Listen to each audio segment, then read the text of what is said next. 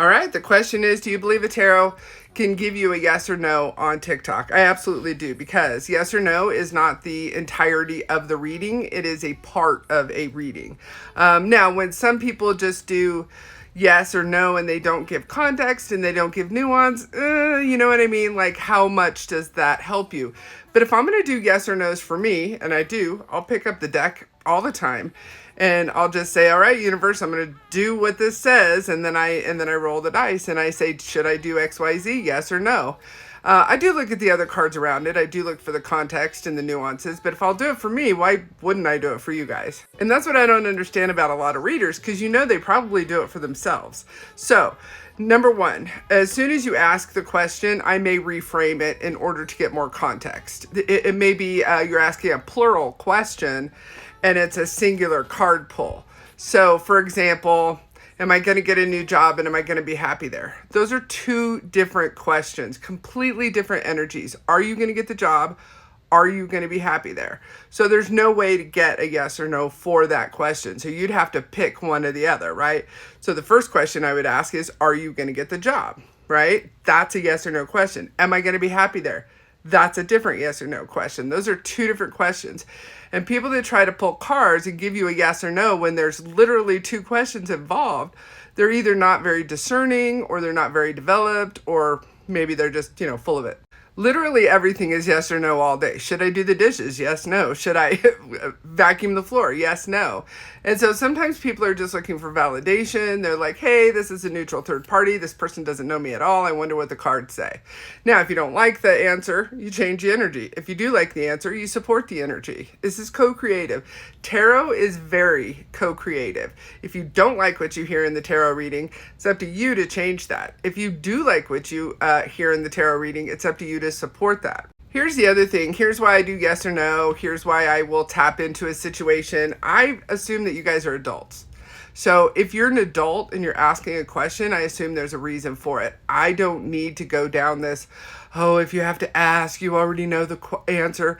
That's so much bullshit. And I've been in those situations where I just want validation from a third party that what I think is happening. Because when you've been gaslit so much in your life that you question everything, you write down everything, you record everything, because you've been gaslit so many times in your life, you don't know up from down. So I will ask those questions 100%. Another reason is that people are sometimes just completely overwhelmed and they want you to tell them, should I take this job?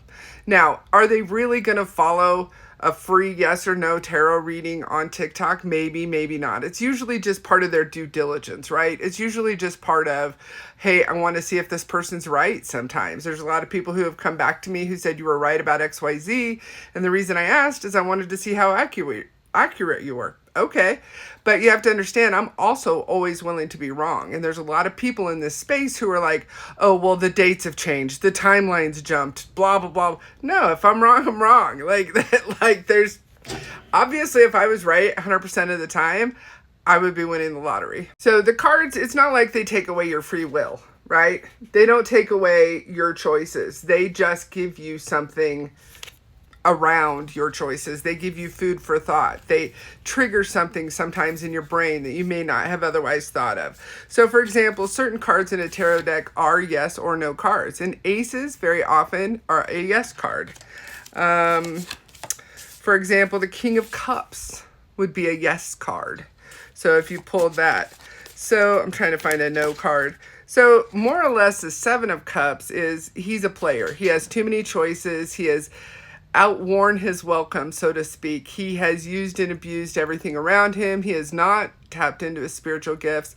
This would be a no card in most instances. Now, sometimes a card can be a yes and a no card. Looking for another example without turning it off all the time. Hold on. So let's say you say, should I take that job in California? And you get the Three of Wands. He's literally a traveling card. So the answer is going to be absolutely yes. By the way, this deck was inspired by real people in the Old West. He was a real person that this card was inspired by. He was a college-educated man in the Old West who literally went west. Okay?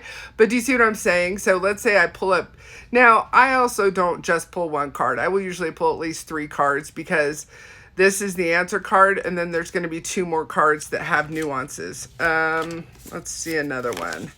So this is primarily going to be a no card, judgment, right? This is primarily going to be either you judging yourself. I don't know. Let's see if I can. Oh, no. There we go.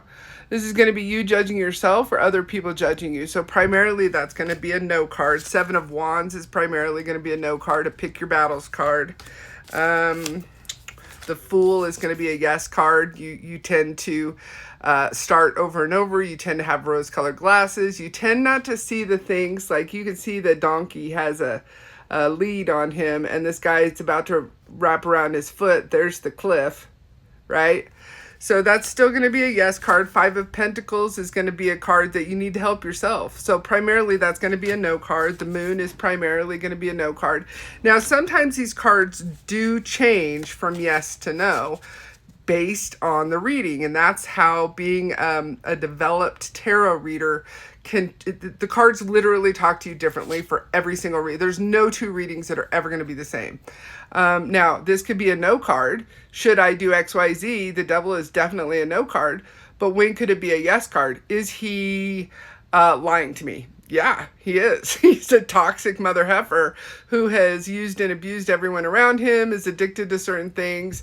So that's how it could be a yes and a no card. So if you ever see someone that says that cards don't change the yes and no based on the reading, I mean, to me, that's crap. This can be a yes card. This could be a no card. The Chariot. Are you headed in the right direction? Yes. Did I make the right decision? Ooh, no. I mean, I'm just pulling that out of my keister, obviously. 7 of Swords, usually a no card. Card of dishonesty. If anybody's interested in me talking about this deck, this is the deck I created. It will soon be available on the TikTok shop. Ace of Cups, primarily a yes card. So as a tarot reader, determine which cards in your deck say yes to you or no to you. Emperor's on the bottom. No card. Right? The Emperor to me in my deck is basically a narcissist or a narcissistic-like person and a no card. Ace of Wands, aces or yeses. So you have to decide. 9 of Wands, that could go both ways. That could be a yes or a no, depending on the reading and the other cards around it. Okay? Hope I answered your question. Let me know if you have any others.